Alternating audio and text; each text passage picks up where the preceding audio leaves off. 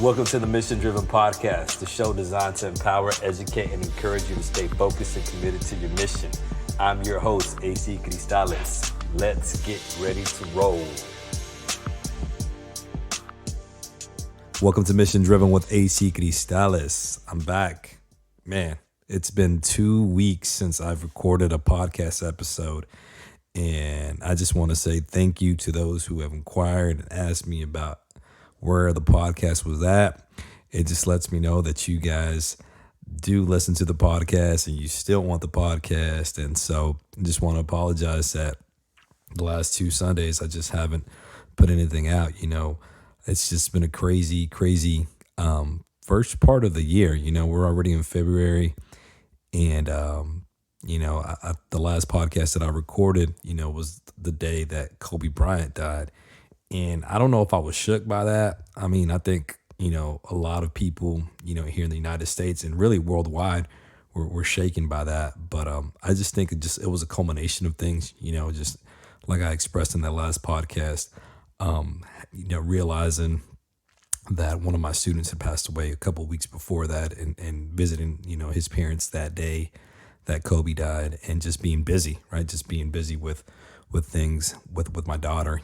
She plays soccer, and so tournaments, right? So the past 2 Sundays have been tournaments, and in fact, even last Sunday, my goal was to get home, Sunday night, and record the podcast, because there was something that I already knew that I wanted to speak about, and yet, she had 5 games last weekend, right? And even though, I'm not playing, it's mentally draining, because you're at least me, right? I'm in the games, right? And I'm like, she should be doing this, or she should be doing that, or she should be covering this person, or whatever, right? I'm just that sideline coach parent, right? And so anyways, the last game ends about 7:30, 7:45, and they won, okay? They won first place, so they get their medals, and, they get to hold the cup that they won, their trophy. And, by the time we get home, it's already 8:45, and I'm just exhausted, because again, it's just been a day of a couple of days of just soccer and whatnot. And I wouldn't have had it any other way. But I just didn't have the energy, I didn't have the energy to record, and it's just, and again, it's not because I didn't want to. I didn't want to. And in fact, again, I had exactly what I wanted to share, but I just, I didn't do it. And then, you have other responsibilities, right? So again, I'm teaching, Richland. I teach a couple courses at Richland College, and still, with the speaking opportunities. In fact, next Saturday, not this Saturday, but the next Saturday, I'll be speaking in the Valley. So, just a lot of things that are on my plate, but again, that's life. So I know you don't want to hear about that in terms of having responsibilities, because we all have responsibilities. And again, that's just a part of life. So anyways, without further ado, I'm back. All right. So I'm back. And so one of the things that I wanted to talk about today, one specific thing, is just about self-reflection, and the power of self-reflection. And in fact, I'm going to actually self-reflect on this podcast. So what happened last week, right? Actually, what marked last week. So 6 years ago, on February the 3rd, it was a Monday, just like it was this past Monday. It was 6 years ago to the date was when I had left my position as an assistant principal. And so, in preparing a message, right, for last Sunday that I wasn't able to record, but now I'm going to do it today, I really just wanted to kind of take you through that journey of, my thought process into why I decided to leave my position as an assistant principal, and just kind of share a little bit of my journey with you, just so you can be encouraged, because I know that a lot of the times people see certain things, on social media, right? And that's kind of like, that's their window, right? That's their movie that they see about a person's life is what you show on social media. And my thing is, there's so much more, right? And I think, and I hope that the past couple of episodes, and not really just the past couple of episodes, I just hope that all of the episodes you have heard, my transparency in sharing bits and pieces of my journey, just so you know that it's not all, beautiful, right? There's struggles in them. There's trouble, there's pain, there's suffering, because that is the whole picture of success. Okay, it's not just the mountaintop experience. It's not just feeling like you're on top 100% of the time. And there's struggles, there's pains, there's heartache, there's doubt, there's discouragement, there's all these things, right? And so I don't want people to get caught up and like, oh, he's got a podcast and, he's doing well. Oh, he's traveling, because I always seem to get that, when I travel, people are like, oh, you seem to be doing good. But my thing is like, so when I'm not traveling, I'm not doing good, because the reality is that I am doing good, because how I'm feeling has nothing to do with whether I'm traveling or not to go speak. How I'm doing, I have to be good regardless, with or without it. And so I just kind of want to share again, I want to self-reflect, in this podcast with you, and with the hope that what I share, is going to encourage you. All right. Because Socrates once said, the unexamined life is not worth living. So there's something important about self-reflecting, the importance of reflecting on your choices, on your decisions, and, just seeing what you can and should be grateful for, because so many times I think we go through life so fast that we forget to really reflect and say, hey, you know what? There's something that I should be grateful for today. I know that things may not be playing out in my life the way that I want them to, but there's still something to be grateful for. And I also think that reflecting, personally reflecting is important because, sometimes there's just things that need to change, things that need to change in your life. There's decisions that you make, there's thought processes that you have, there's attitudes that you have, there's temperaments and moods that you go through. And if they're not benefiting you, then you have to change. And I love this. I love this quote. All right. So there's this quote as I was preparing for this podcast that I heard. And the quote goes like this. It's from Thomas Carlyle. And he said, the greatest of all faults is to be conscious of none. I want to repeat that. I want you to get that. All right. So wherever you're listening to this, just listen to this quote. So powerful. The greatest of all faults is to be conscious of none. So, I mean, that to me, that's amazing, right? Because when we think there's nothing wrong with us, that's the biggest fault, all right? Because obviously there's weaknesses about us. There's things that we can improve on. There's things that we could get better on. And so when we think that there's nothing to improve on, we're never going to get better. And so, again, for this episode, this will be my reflection in audio format for you to hear some of the things that I've gone through in this journey. Because, again, I truly believe that the process of self-reflection is essential for your growth as an individual, as a leader, as an athlete, as a father, as a mother, as a spouse, as a partner, really any role you find yourself playing in life today. All right, it's important that you self-reflect. It's essential to find out why. Why do you think the way that you think? Why do you say the things that you say? Why do you do certain things that you do?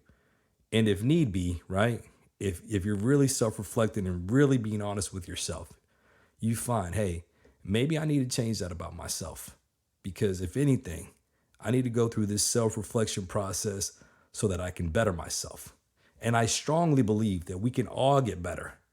Because the mandate daily for those, right, for those who are pursuing a dream, pursuing a goal, and living out their mission in life, the mandate is this: to get better every single day, to strive to be better than you were yesterday. And for sure, you're gonna have your off days. You're gonna have your off days when you don't get better, right? You're gonna have your off days when you don't feel better. You're gonna have your off days when, man, you're trying not to be angry so much and you just went off on somebody. You're gonna have your off days. And you're going to feel like you're going backwards, but don't get discouraged. If anything, you got to just pick yourself back up and keep pushing to get better. And trust me, I know, all right? I know. I can admit that there are things which I know I could do better on that I still struggle with. Even knowing, right? Even reflecting, I'm like, man, I got to do better at this. And yet I still struggle with it. But, everything is a process. And as cliche as this may sound, we are all works in progress. So I hope you stay with me for the next few minutes. Actually, it's not going to be a few minutes. It's probably going to be a good amount of time. But I hope that you can just stick with me as I self-reflect, because I want you to know the whole journey. I want you to know, a lot of the journey. And in regards to, hey, where I'm at right now, right? AC Cristal is the speaker, right? The motivational speaker. AC Cristal is the college professor. AC Cristal is the individual who left, right, principalship to pursue a dream. I want you to know about that. And in the midst of that, I want you to get encouraged. All right. So let's just go ahead and just get started with the why. All right.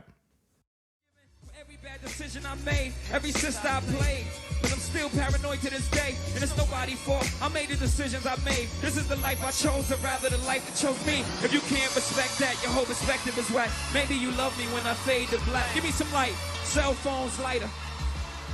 Maybe you love me when I fade to black. If you can't respect that, your whole perspective is whack. Maybe you love me when I fade to black. If you can't respect that, your whole perspective is whack. Maybe you love me when I fade to black. So the why. Why did I leave my position as an assistant principal back in 2014? So the simple answer is because I had this dream that I wanted to pursue.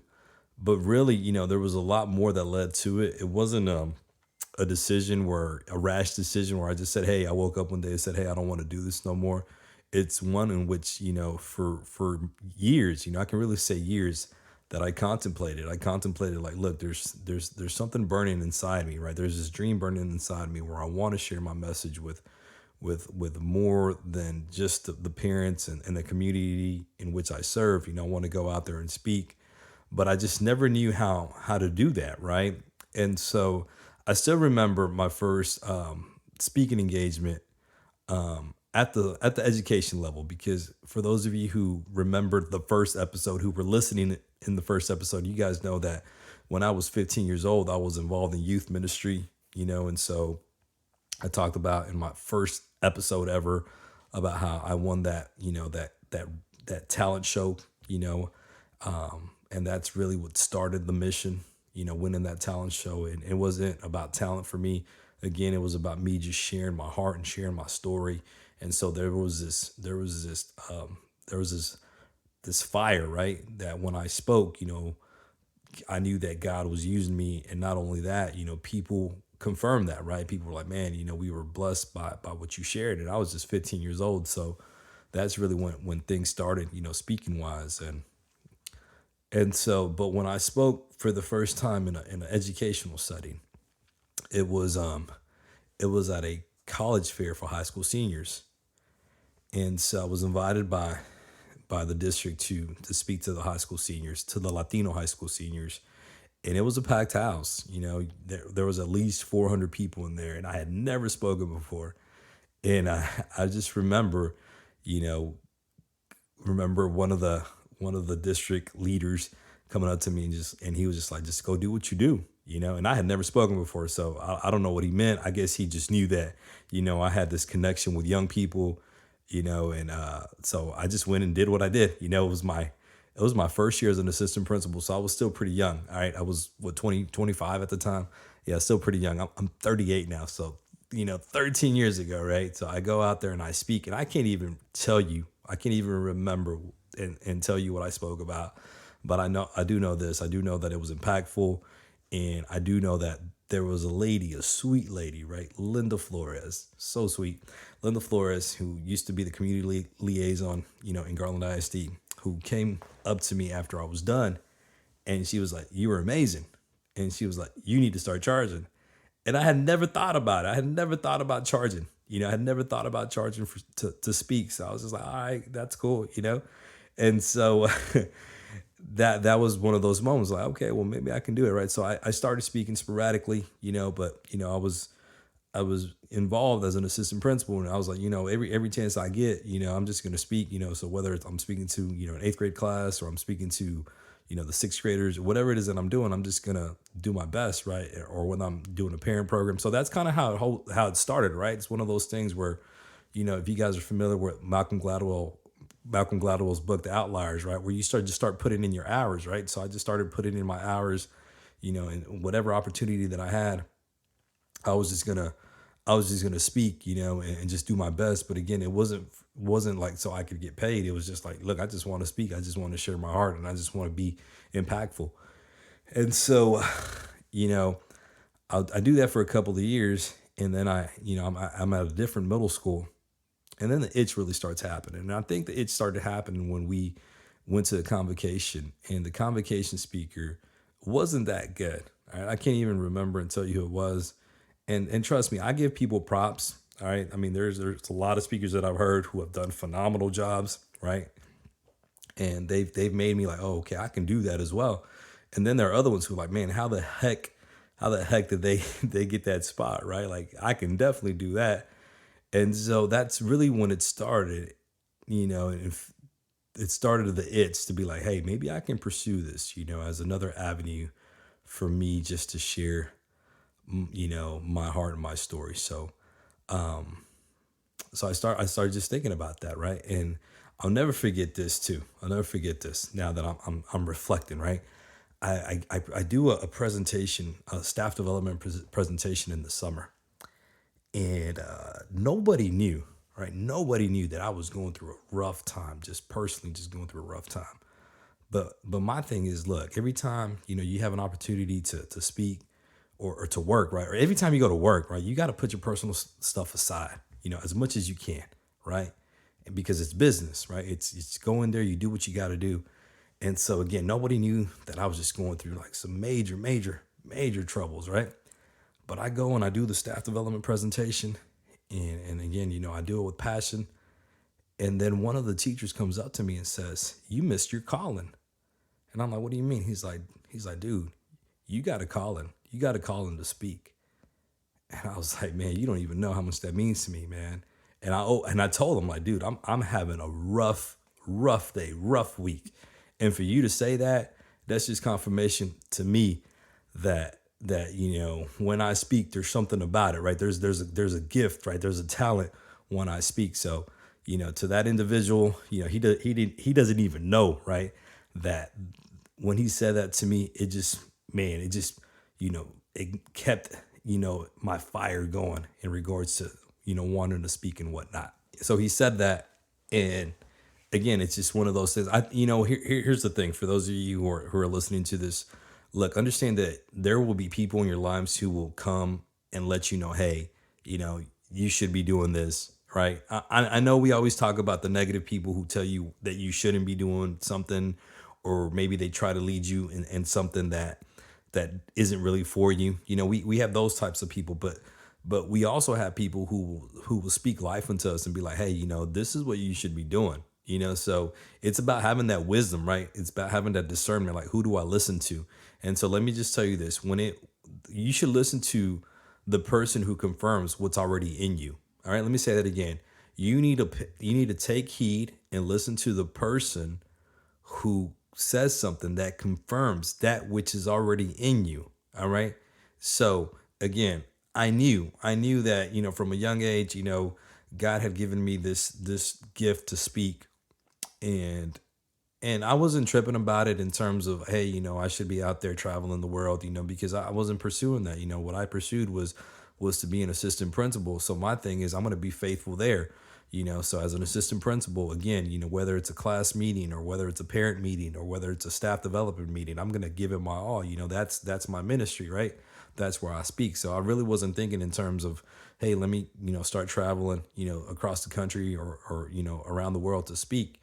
I wasn't thinking about like that. But again, I had, Linda Flores who told me, hey, you need to start charging whenever you speak. And then I had this individual who said, hey, you missed your calling. So it's one of those things, like it was just, God just knocking and saying, hey, it's in you, it's already in you. So it was confirming what's already in me. And so anyways, those are some of the examples, those concrete examples that I can tell you that really just kept, sparking that fire in me to speak.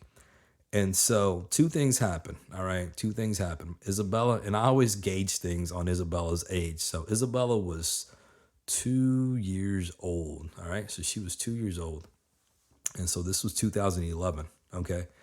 And that spring, when she turned 2, there was a gentleman, Jason Aleman, I'll never forget him, Jason Aleman, who was at our school, right? Because we had won a science grant. And so he was at our school. He was interviewing our ESL teachers and our other teachers who, were phenomenal with our ESL students. And he also interviewed me because, when I started school, I didn't know any English. So he kind of wanted to know about my journey. So let me just tell you this real quick. So we're doing the interview in my office. And after the interview, he's just like, look, man, he's like, what else do you want to do? In fact, you know what? Let me rephrase it. He said, what do you really want to do, AC? And I was like, what kind of question is that? It's kind of a loaded question. And he was like, no, what is it that you really want to do? Because I can tell that there's something inside you, right? There's something just burning inside you. And I said, man, I want to speak. I want to speak. I want to write books. I want to, just go out there and just share my heart. And I feel like I have this knowledge. I feel like I have this story that can be impactful to people. And you know what he said? He was like, all right. He's like, I could tell there's something in you. He's like, look, there's this conference going on, in the summer. He's like, I want you to be the closing keynote speaker. He's like, and you know what? And I'm going to pay you. I didn't even ask for it. He's like, but he said, I'm going to pay you. All right. And so I was like, what? He's like, yes, I'm going to pay you. And so that summer, that 2011, I go to San Marcos at Texas State, the conference center at the Embassy Suites, actually, where I was at actually about 2 months ago, which is pretty cool. And I'm the closing keynote speaker, and I was paid for it. And I just couldn't believe it. I'm like, man, I actually get paid to speak, And so what was cool about that summer too is that actually the next summer, right? So again, it wasn't one of those things where I'm like, oh, automatically, I'm going to start doing this full time. It took years. Okay. So I want to let you guys know that, like, it takes years, and maybe for me, right? Because, maybe I wasn't ready to make that jump yet, And so the next year I'm like, look, how do I get better? And what I chose to do is I went to this boot camp, in San Diego, to the speaker boot camp, and which costs, a lot of money. But that's the thing, you have to invest in yourself, right? If you truly believe in wanting to get better, if you truly believe in going after a dream or in starting a business, or, whatever it is that you want to do, right? You have to invest in yourself, and it's not one thing to say, well, I want to do that, and then not invest your time, not invest your resources, not invest your money into becoming better. So I went to the speaker boot camp, was excited, met some great people. In fact, there are still 2 people from that boot camp that I stay in contact with. And so there it is, there it is in terms of speaking, right? And so this is 2012. So we're not even close. But it's brewing inside me, right? And then my brother and I were having this conversation. We both feel the same way, right? He's not a speaker per se, but he's always like, look, there's something else that we can do, and we can do together, right? So fast forward again, 2 years. You see how it is? Actually, a year later, because 2013 is when we're like, the 2013-2014 school year, we're like, look, we got to make this jump. We got to make this move, and if we don't do it, we're never going to do it. And he was a principal as well, and I was an assistant principal at the middle school level. My brother Axel was a principal at the elementary level. But we came in like, yo, this is going to be it. We have to do it. And so we started writing our book. Like, nobody knew about that. Nobody knew that the summer of 2013, we started writing our book. And so at this time, which was pretty cool, I had started doing some consulting work for this government agency that does work with anti-bullying, anti-drug, and anti-gang problems, and that's why I do a lot of work with law enforcement, not only here in the United States, but also in Central America, because in 2013, that summer, I started, as an independent contractor for them, for this government agency.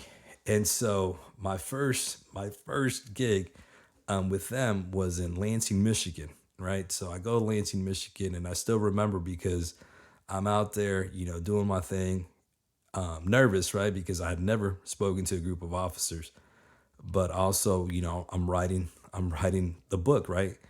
Writing part of my book. And so anyways, we get to November and we're like, all right, see, our plan was to just finish the school year, but then we get to November and we're like, look, we just got to do it, because again, if we don't do it, we're never going to do it. So I remember after Thanksgiving, I go and I meet with the HR director, and I have a conversation with her, and I tell her, this is what I'm thinking about doing, I want to do.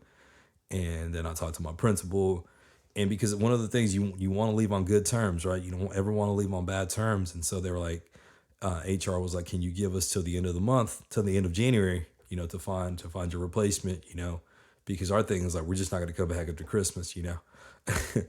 And they're like, can you give us, till to the end of January? And I'm like, yeah, for sure. And so it was hard. It was a tough decision. It really was, because, you're accustomed at that point.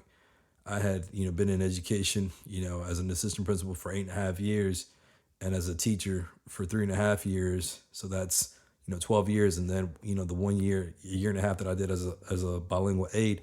So 13, 14 years in education, right? 13, 14 years in the same district. And to just walk away from that was scary, but it's something that I felt that I needed to do, and so I was scared, and it was hard, because, you build relationships with students, you build relationship with staff members, you're accustomed to a certain way of life, and then all of a sudden it's just, it's no longer there. Right. And so, we left, right? We waited until the end of January. And in fact, it was January 31st on a Friday, which was the last day, right?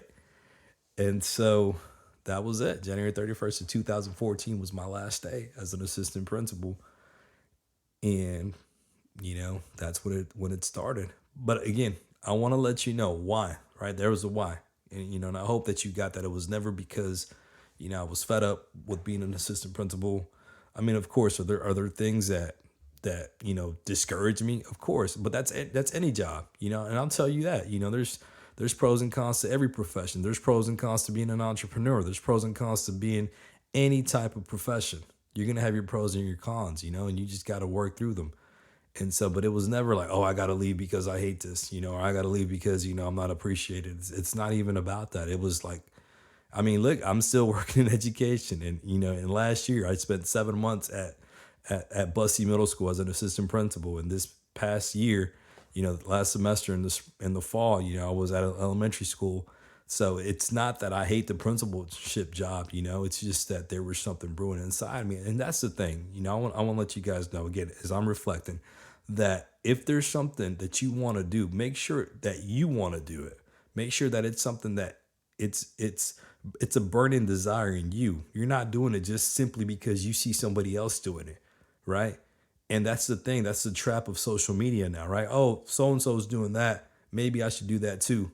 So-and-so is selling real estate. Maybe I should sell real estate too. So-and-so is speaking. Maybe I should be a speaker too. So-and-so is doing photography. Maybe I should do that too. It's got to be your dream. It's got to be burning inside of you. And if it's not, don't pursue it. Don't pursue it. And here's why. Here's why I'm going to tell you don't pursue it. Here's the next part. Okay? Here's the next part. So our last day is January 31st. And man, this may have to be 2 parts because I'm looking at the time. but it's all good. Hopefully, So anyways, we leave January 31st, 2014. A couple of days later, we're in LA. Me and my brother, we fly to LA. And so because there was another speaker boot camp, right? And even though my brother didn't want to be a speaker, that was never his thing. He wanted to write. I was like, look, this guy, according to the flyer, there's some information for authors as well. So, he came along with me. So we go to LA, we go to the speaker boot camp, and we're just like, all right, here it is. We're going to finish our book, the next month or two, and then we're going to get an editor, and we're going to have it self-published by the summer, right? So that was our plan with regards to our book. And then we were like, we want to start this nonprofit. We want to start this learning center. We really want to help. Again, we want to help young people. Whatever it is that we want to do, we want to help kids. But the thing is, it just didn't go the way we planned it. Excuse me. And looking back on that, there wasn't really a concrete business plan, right? And that's where we went wrong, if anything. And that's the thing about self-reflection and honest self-reflection. It's realizing like, what could I have done differently, or what could we have done differently? So there wasn't a concrete business plan, right? There was just kind of like, oh, this is what we're going to do and this is what's going to happen. But there wasn't like, okay, what's the what's the cost breakdown, right? And in business, in any business, you have to think about that, right? What's the projection, right? In terms of if you get a loan or if you don't get a loan, all these things, what's your lease cost and all these things that go in having a business. And we didn't really think about that, right? Because again, all our life we had been in education. And so now we're getting out of education and, you know, we're trying to start our own business and it just didn't work for us, right? And so we finished our book and the expectation with that book, right? And here was our expectation. We're like, look, we're both Latino, we're both bilingual, we're both, we both have been school educational leaders. We have our master's degree and now we have this book.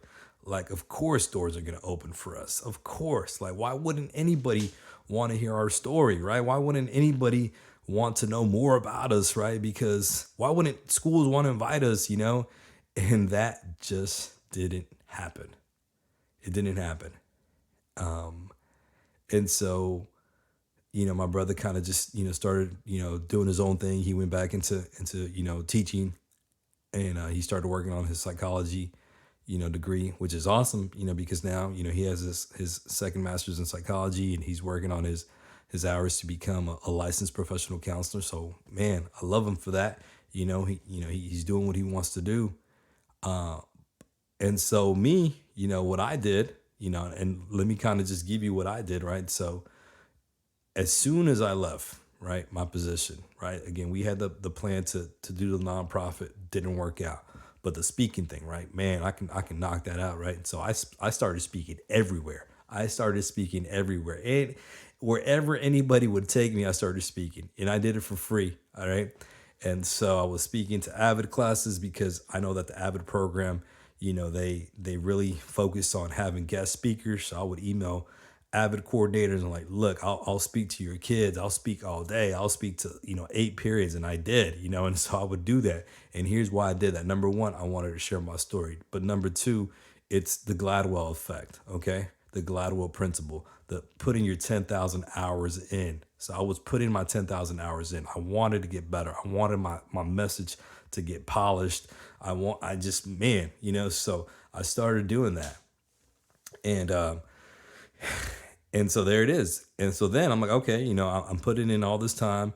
I probably spoke to at least, 55 different, Avid classrooms and groups, And so I'm like, all right, we're going to get this book. And once we get this book, it's going to go well. And guess what? It wasn't.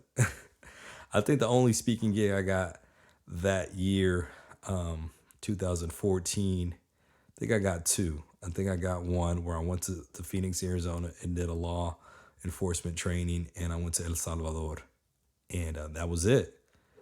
And that was paid, and so I have to tell you this. Okay. So the first year was rough and I'll never forget what happened. So let me just kind of give you this background information before I tell you this story. So, I'm always about, hey, how can I get better? Right. I mentioned that at the beginning of this podcast. How can I get better? And so my thing is I want to learn from others, right? There are other people who have gone through what I've gone through or who are speaking and that have knowledge, right? And so I started just emailing local speakers in the area that I knew, were paid speakers, right? And so and some of them emailed me back, some of them didn't. And so there was this one gentleman who emailed me back, and I was excited when he emailed me back because he actually did some work for Zig Ziglar, right? I mean, I saw him, but in fact, the first time I ever saw him speak was with Zig Ziglar. And so he was kind of like Zig's, apprentice, And again, if you don't know who Zig Ziglar is one of the, was one of the top, motivational speakers before he passed away. And so I was like, man, I'm going to meet with this guy, and this guy worked with Zig, this guy worked under Zig and learned under Zig Ziglar. Like, this is going to be awesome. Right. And so I go and I meet with this guy. And so let me give you the time frame. So left in February, started my own, speaking business in February of 2014. This is the end of November 2014. And things are dry. Okay. Because again, I've only spoken and gotten paid twice. And how am I making it? Going through my retirement fund. All right. How am I paying bills? How am I paying my mortgage? Going through my retirement fund.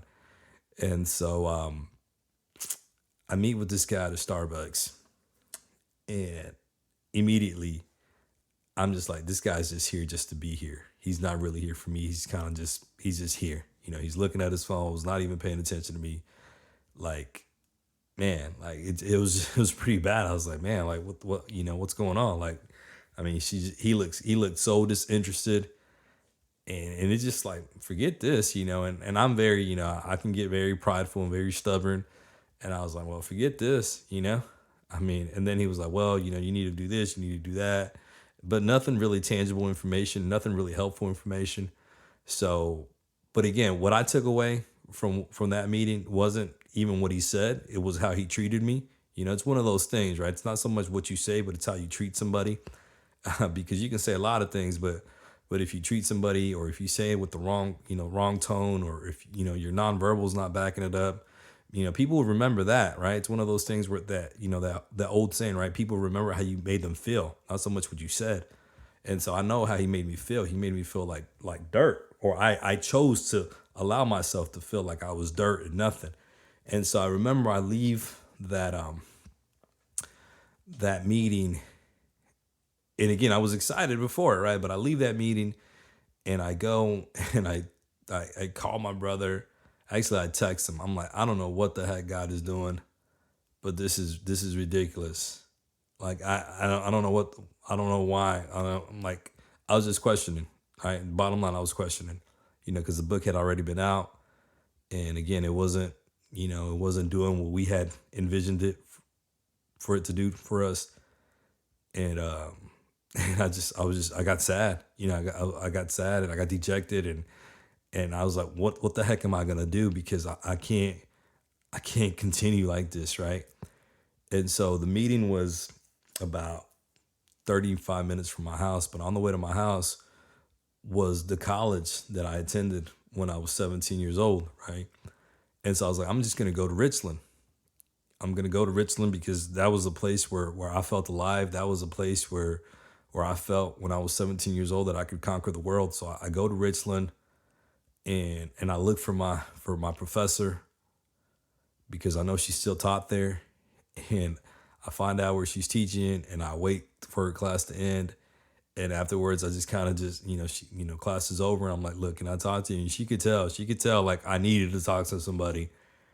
And so, we walked over to her office, and I just said, I don't know what I'm going to do. I said, I feel like a failure. I feel like, I shouldn't have left. And, she gives me some comforting words, and encourages me to keep going, but I just didn't know what I was going to do, and she kind of mentioned, hey, you ever thought about, getting your graduate hours in sociology, so she kind of threw that nugget out there, and I didn't really jump at it, because again, I was like, how am I going to get paid? I just need to get paid. And so that January, I went back to Garland. I went back to Garland, and I started teaching fourth grade bilingual. And I'm so thankful for that. I know that there were people who were like, oh, he has to start all over. He's dumb. He has to start all over. Look at him. He didn't even last a year or whatever. But it wasn't about that. Like, that's the thing. Like, nobody knew my story, and here's my story. My story is like, look, I had to do what I had to do, right? Because, there's things that had to be taken care of. My daughter had to be provided for, And so, and this is just part of the journey. That's the way I looked at it. And so I remember the principal, she brought me into, to the staff, one of the staff meetings we had. And she was like, the kids really need AC, and AC, will you say a couple of words? Because now they know, they knew, I'm the guy who left, to pursue a speaking career. So now, like, hey, why don't you speak? And so I do remember saying this. I do remember sharing a bit of my journey in terms of why I love education so much, and why I love, educators and the power of an educator. In fact, that's my stick, right? Just talking about the power of an educator, because my life was transformed because of the words and actions of an educator. But I remember saying this. I remember saying that, she said that I needed the kids, but the reality is, no, excuse me. She said that the kids needed me, but the reality is that I needed the kids, because the kids gave me that purpose. The kids gave me that purpose that I was seeking, And so I teach at Caldwell for about a year and a half, and then I take another step of faith. I had already started working on my doctorate at that point, and I started working on those 18 doctoral sociology hours because I was like, look, you know what? I can do this. I can teach at the collegiate level. That's something that I always wanted to do.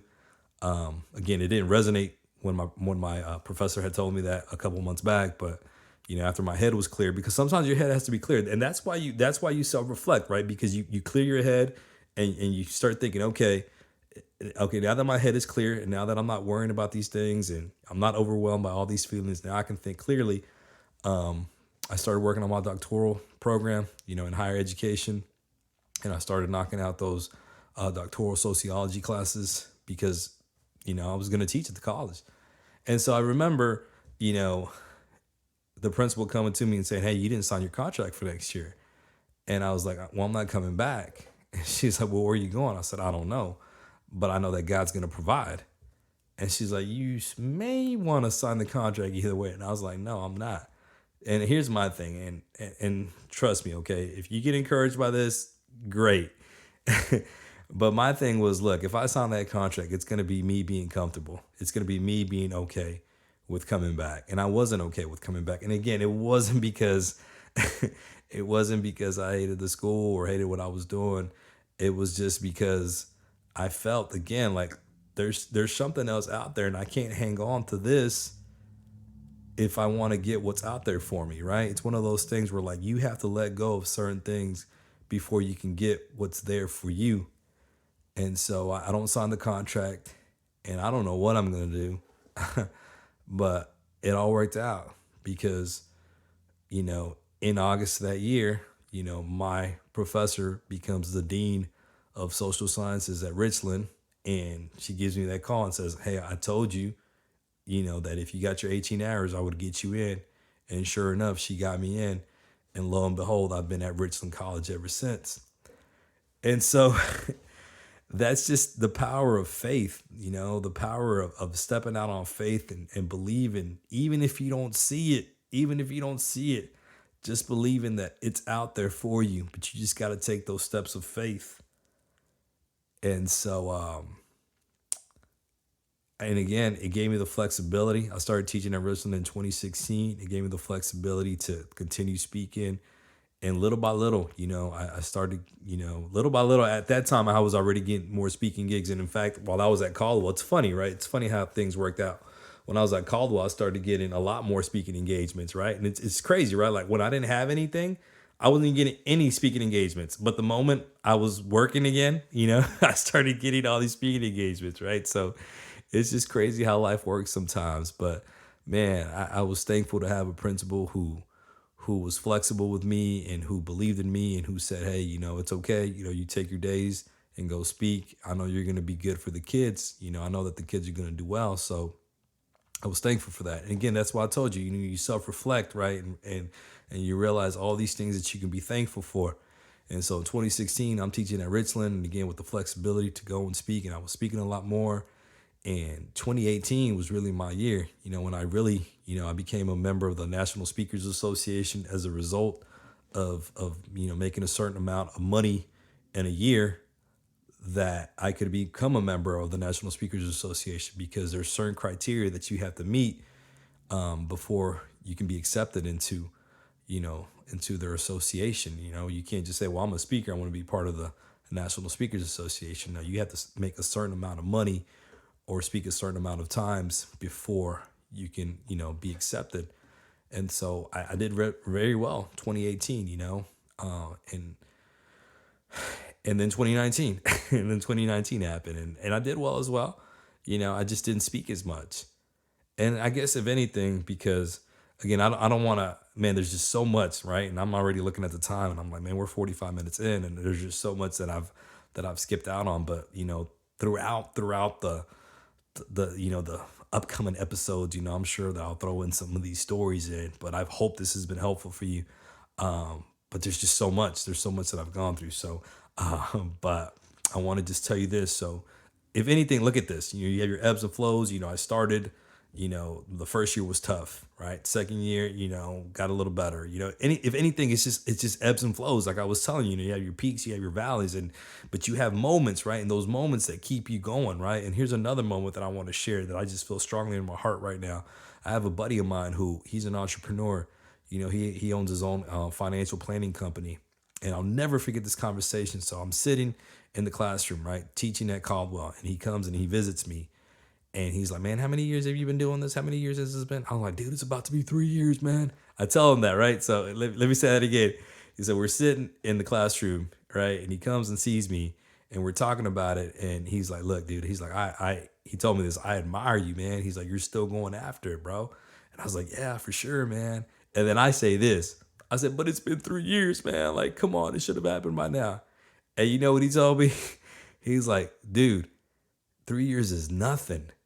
Come on, man. He's like, 3 years is nothing. Like you gotta keep after it. And so hearing it from this guy who's my age, right? He's younger than me actually. He's probably like, a year or two younger than me, who again has his own financial planning company. And to hear that from him, I'm like, he's right. Like it's just 3 years in, right? So why am I tripping so much, right? And if anything, it helped me shift my perspective on what I really should be focusing on. Okay. So, again, ebbs and flows, 2019, this past year, again, didn't speak as much, still traveled and presented at conferences. In fact, and that's the thing, right? It's all about what I focus on. So didn't speak as much. However, I was chosen to present at the National Association of Secondary School Principals Conference. Like, and that's a big thing, right? So all these things that have, I choose what to focus on. You choose what to focus on, right? And so, but as I came to the end of 2019, I was like, okay, there's like, what am I gonna do, right? Because I'm struggling again, right? 2018 was great, but 2019, I'm kind of struggling. And yet I started a podcast, right? And I started a podcast in August of 2019. And hey, let's do this. Another avenue for me to share my thoughts and share my wisdom and my expertise. But yet, like, look, like I'm not, I need to get some gigs, right? But then, I speak, I keynote a conference in San Antonio in November. And then I do a opening, program at the TEA Parental Involvement Conference in December. And so that's the thing, it's one of those things for those of you who are out there and want to start a business. Let me just tell you, it's tough.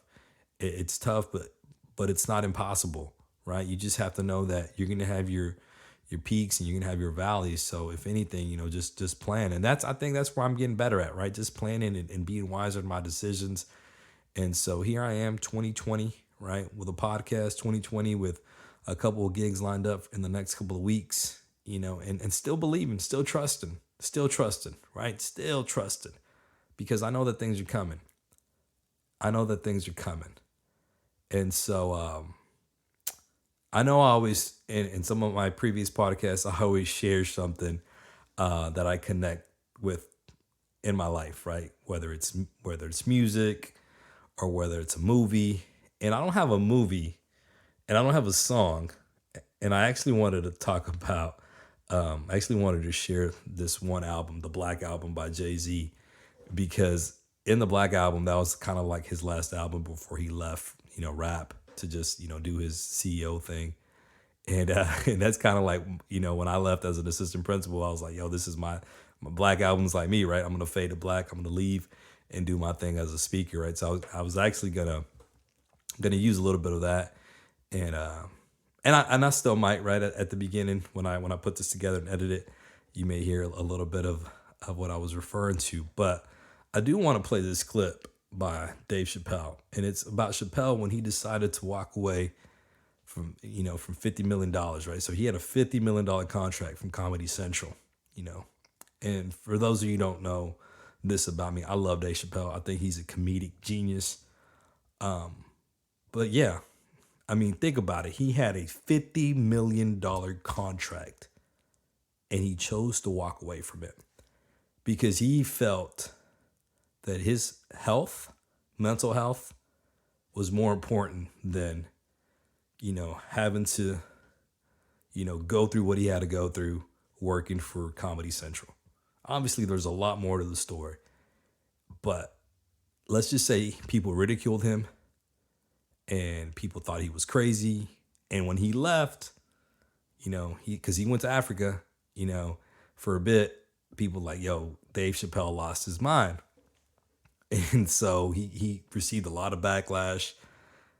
And so a lot of hate, why would you walk away from 50 million? That's so stupid. And obviously I didn't walk away from 50 million. Okay. But that I did walk away from comfort, from convenience, from knowing that every end of the month I was going to get a check from this school district. I did walk away from having this position as an educational leader to pursue a dream. And in the midst, yeah, people call me crazy and dumb and all this stuff. But I love what Chappelle said, and I'm going to play that for you right now. I'm not going to lie, y'all, I was scared to death. And I didn't touch the mic. But it was cool, man. The first time I went back out and did stand-up, it was in Cincinnati. So it's not far from the farm. I said, if I got to run, I can get home fast. And club sold out real fast. I played a comedy club. And, man, when I walked out on that stage and them people were screaming, I get teary-eyed just thinking about it. Because this industry can say whatever they want, but, man, people will hold you up.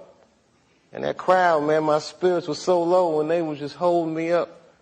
And I hadn't told jokes, but this was just coming back like the Karate Kid again. You're the best around. I was just doing it, man. Man, I don't know how this whole Dave Chappelle thing is going to end, but I feel like I'm going to be some kind of parable by either what you're supposed to do or what you're not supposed to. So I'm going to be something. I'm either going to be a legend or just that tragic story, but I'm going full throttle. I'm going all the way. I'm eager to find out how this will resolve itself. Let me tell you why I love that clip that I just played for you. Because I felt the same way.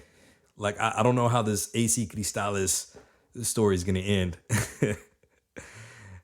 But I'm going full throttle, I know that I'm going full throttle, and I've gone full throttle.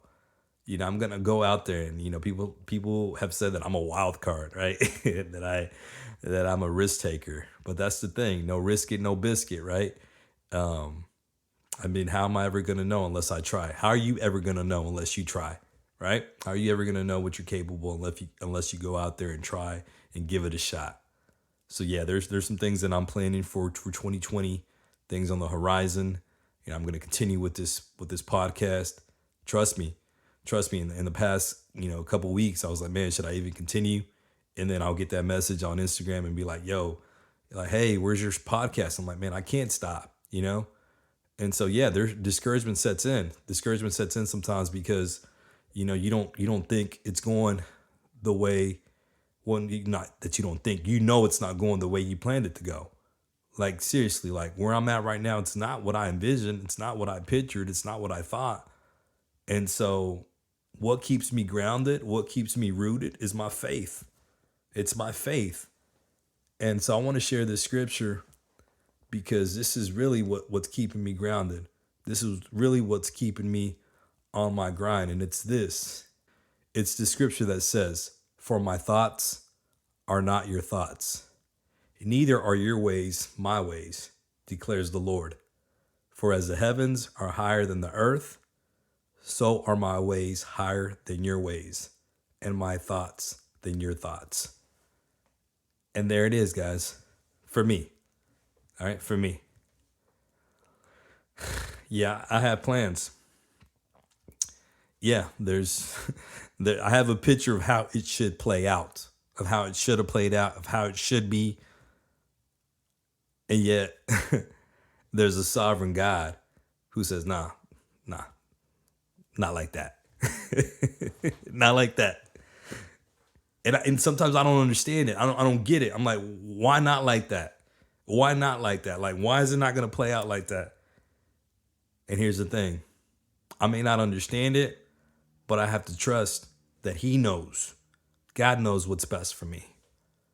So if it's not happening right now, okay, that's fine. He knows what's best for me. If it is happening right now, that's good because he knows what's best for me. Because his ways are higher than my ways and his thoughts are higher than my thoughts.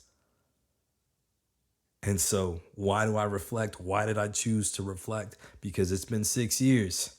But not only that, one of the main reasons that Socrates said that an unexamined life is not worth living, it's because of this. It's because only when you strive to know yourself and to understand yourself does your life have any meaning or value. You can only have meaning and value when you come to know yourself and understand yourself. And that's what I want. I just want to be of value. I just want to be of value. And I just want to know that, man, my life matters. And that whatever it is that I do, I know it's impacting somebody. I know it's impacting and influencing and encouraging somebody. So with this podcast, I hope it's doing the same thing. With this episode, I hope that it's doing the same thing, that you're getting encouraged and you heard something and you were like, man, dude, I needed to hear that. And I don't even know what it is, but there's going to be something, right? There's going to be something that you're going to hear and you're going to be like, I needed to hear that. So I'm going to end with this. It's something that I'm going to post here in the next couple of minutes. And I'm going to put it on, social media, put it on Facebook, put it on Instagram. But this is what I want to end with. It goes like this. 6 years ago, around this time, I began my journey to become a full-time speaker and author. I can still remember the excitement I had to go forth after my dream because I believed that I had what it took to become a speaker who not only would be in demand, but who also would impact people in a positive way. More importantly, I also believe that speaking and sharing my story, my heart, and my knowledge was my God-given mission and calling in life. 6 years later, do I still believe that? Absolutely, I do. But it looks different now. Now it's not about being in demand or sought after all the time, although what entrepreneur wouldn't want that? It's not about the cities or countries that I get to travel to. It's not even about the living that I'm able to make living out my dream. It's about being faithful to the call. The call which I wholeheartedly believe comes from God. And as a result of this calling, I am committed to be faithful to wherever I am placed. So if it's a conference room with 10 participants, I will be faithful. If it's a hotel ballroom with 500 people in the audience, I will be faithful. If it's a gymnasium with 1,000 students, I will be faithful. If it's in an elementary classroom with 22 students, I will be faithful because it's not about the numbers, it's about the calling, the mission that God has given me. And because I know that every opportunity I get is a chance for me to bless and impact lives. I'm not going to lie. Sometimes I get discouraged because we live in a society where people put a lot of stock in followers and numbers. And if you see my following, my numbers don't exactly scream out as somebody who people go to for inspiration and empowerment. But that's why my focus can't be about those numbers. It has to be about the people that are placed in my path on a daily basis and the impact that I can make on them with or without a microphone. So if the numbers come, I'll be faithful. If the numbers don't come, I'll still be faithful.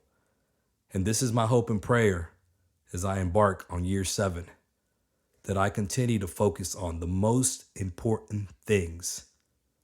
The calling of God on my life that is irrevocable and can never be canceled. My daughter, who's looking up to me and learning the power of perseverance through my journey, and the lives that have already been impacted and will be impacted because of my commitment to be faithful to the call. I may never hear or know of my impact, but I didn't sign up for that. I signed up to be an instrument of His love and grace. So here's to 6 years and to a great 7th year. Mission driven.